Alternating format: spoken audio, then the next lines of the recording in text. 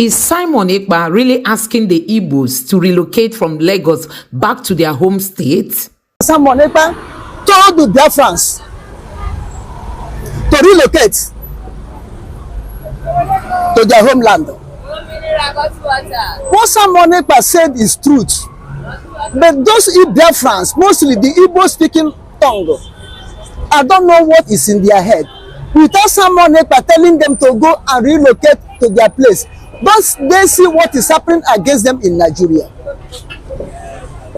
Are they being manipulated that they don't know themselves? So guys, I don't agree with this. Honestly, I am a believer of one Nigeria. And I believe that together we are stronger. Together we can do greater things.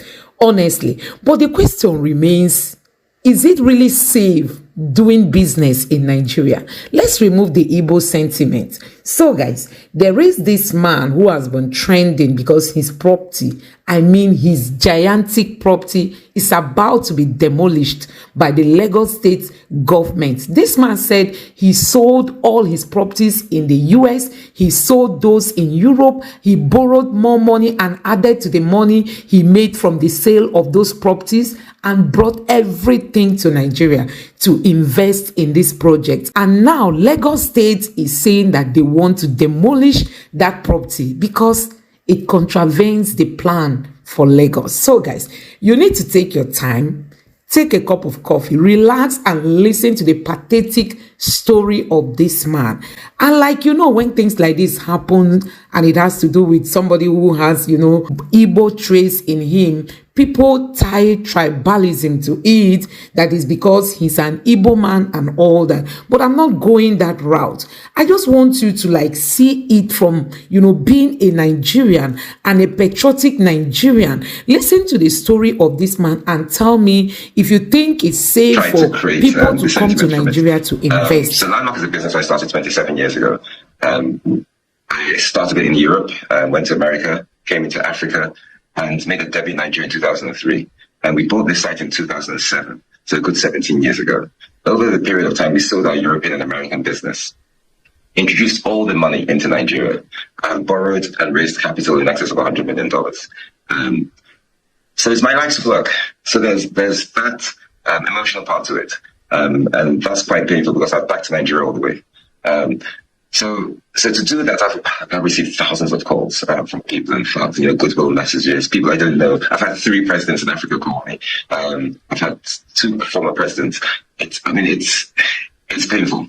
Having said that, you know, this is something we'll recover from for the simple reason that, you know, we are having discussions. The government at all levels have confirmed that they're going to support businesses. We're looking for FDI injection. So I do believe that we will resolve this. But my initial emotions were that of serious concern, great concern and pain. All right, let's get to some facts, because I saw that about maybe 14 businesses will be affected in that area. And we know the numbers when it comes to your business in terms of your investment with employees directly and indirectly, and the number of tourists that comes through, especially your 2023 record. But let's talk about this particular project. As of the time you were purchasing the portion where you're doing your business, were you aware that this is going to be routed through the Lagos-Calabar Coastal Road will somehow affect the area where you're doing business now? Or this is a new development for you? We need to get that across to the public. So it's a new development, and I think all you have to do is line up the dates. We bought the site in 2007, and the Coastal Road project is a project that happened a few years after that. And it was on the Water Corporation route, the road that was designed as the Coastal Road exists. And if you show area pictures, you will see that. And we are ground zero of this Coastal Road project. This is where the Coastal Road starts.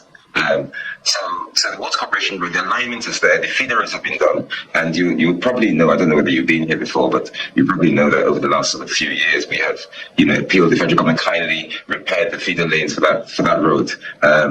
You can see it behind those towers, right? So all of a sudden, there is a move. So that's the Water Corporation road on the right. You can see the median in between, which is where the coastal road was meant to be. So that realignment, for some reason, has just been moved straight to our beachfront. And then after it runs through Landmark Beach, it then veers back onto its original route. So that's why we feel that there's a solution, and the solutions here are simple. So you can imagine why I have some concerns. Understand, and for proper perspective for the public, I hope that we're going to put this out at some point. There was an original one that is supposed to be behind where landmark is located. So this is coming in front or directly cutting across landmark. Is that what you're saying? Yes, it's the other way around. There's an original coastal road that is right in front of landmark on the existing road infrastructure. So the existing road infrastructure has a median, somewhere between 40 and 50 meters wide. Yes, between the two roads that run in front of landmark and that come off Legale Yorinde. This road has been moved at some point, I understand a few years ago, to the beachfront of landmark. So let's take a look at that particular the plan, which you said was what was obtainable before and what it is now. So the yellow line is what it is now, what the plan is now. But the green is what it used to be, which you said it was before. And we see the green goes just right behind your business area. And that's where you talk about the water corporation, median, and the rest. And the yellow, which is now the new one, passes right smack in the middle of your business area. But the question is, because we've raised these issues with government as well, behind the scenes. And they said there's meant to be a setback from the coastal body of about 15 meters. Right. So your business, does it acknowledge or does it take into consideration that setback? Are you set back 15 meters away from that water body? So let's again examine the facts. It's really not as simple as that. And that we bought the site in 2007. We have to put this in perspective. And in that time, we bought the waterfront site in 2007. At different points in time, the water line has moved. My understanding is 140 meters setback on the borders of the Nigerian borders that the federal government controls.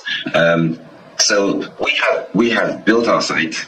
We have procured, you can see to the top right corner, a building literally that's being built now. It's on the 12th floor, it's the 28th floor. We call it the landmark water view. So we've built everything within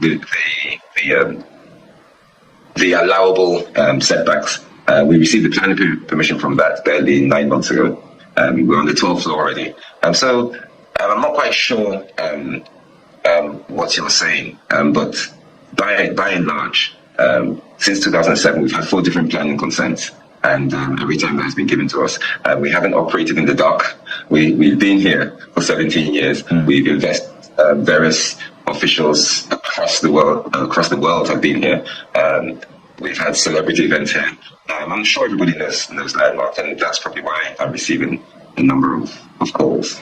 Well, everybody doesn't just know Landmark. Majority of people love Landmark, absolutely, but it's also important to put the facts out there so we weigh the issues and make the right decisions about this, because there's a lot of things going out there in the public, but you are in a position to give us the facts such that even government and those who are in the mix, they know what position you're at, they know what you've done up until this point, and then we can take the appropriate decision. So speak to us about the setback and the process you have gone through, because some people have thought maybe you found a way to grease palms and you got approval behind the scenes, and then that's why this is happening.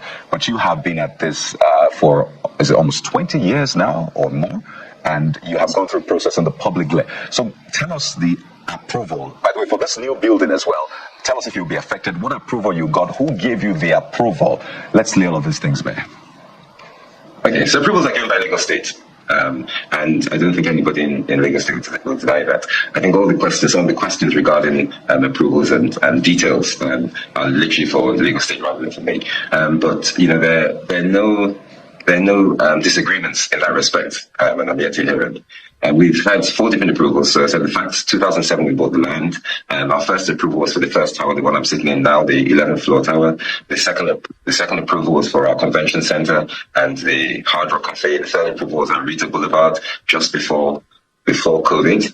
The fourth approval was for this tower you're seeing, which was barely 9 months ago. You may recall during COVID we hosted the isolation center here, and we were closed for about 2 years. We made our own effort to bridge the gap of health that was required then, and we did that in association with the Lagos State government. So I think over the period of time, I think it stands to reason that to build what we've built here, to provide the services we've provided here, to pay the taxes we paid here, we've been supported by the state government, and I don't believe that support is waning. I think it's still there. And you're right. All right. Yeah, go ahead. Yes, you're right. There's a lot of sort of stuff out there, and I don't really want to be used as a political football. This is serious business. These are people's lives. Well over 3,000, approaching 4,000 people that are directly employed within this ecosystem. There are over 84 businesses. There are actually families that are affected. When I brought my funders here to raise additional capital to develop this speech about 7 years ago, one of the funders basically said that almost every square meter of this site is feeding a family. I mean, you have to come here to understand, and I appreciate you saying that you don't just know it, but you love it. And, we hope to continue to provide those services to everybody around the world that comes here during the holiday period, and the local people who are around now on a daily basis. We get a lot of people who come here. Well in excess of 3 million people every year. All right, Mr. Onwunebe, you said you're already in talks with the federal government and to avoid this demolition, but have you been giving any reason why this plan was changed? Has anything been said to you about from going from a straight line to coming down to where your own property and facility is? Have you been given any reason why this change was made? No, I have no idea. Okay. Is it safe to invest in Nigeria today? Is it safe for Nigerians in the diaspora to bring their money home? Have a kind of system. This one, we will not blame Tinubu. We will not blame Tinubu. We will not blame the current administration. We will blame all those who are born in power. How come Nigeria, there are no policies that protect businesses? How come somebody can just sell everything that he owns both home and abroad, and within the twinkling of an eye, he will be watching his property where he invested all his money being brought down? How come we don't respect private businesses in Nigeria and we are looking for investors? Honestly, this is so sad. So guys, you have seen it for yourself. This is what so many businesses in Nigeria go through. And that is why one keeps asking if it's even safe to come home to invest. Is it safe to come and buy land in Nigeria and tomorrow another person will come to drag the land from you and you will spend your last dime going to court where you are not sure of getting justice? Is it safe coming to buy land in Nigeria? Because the most thriving business now in Nigeria is real estate.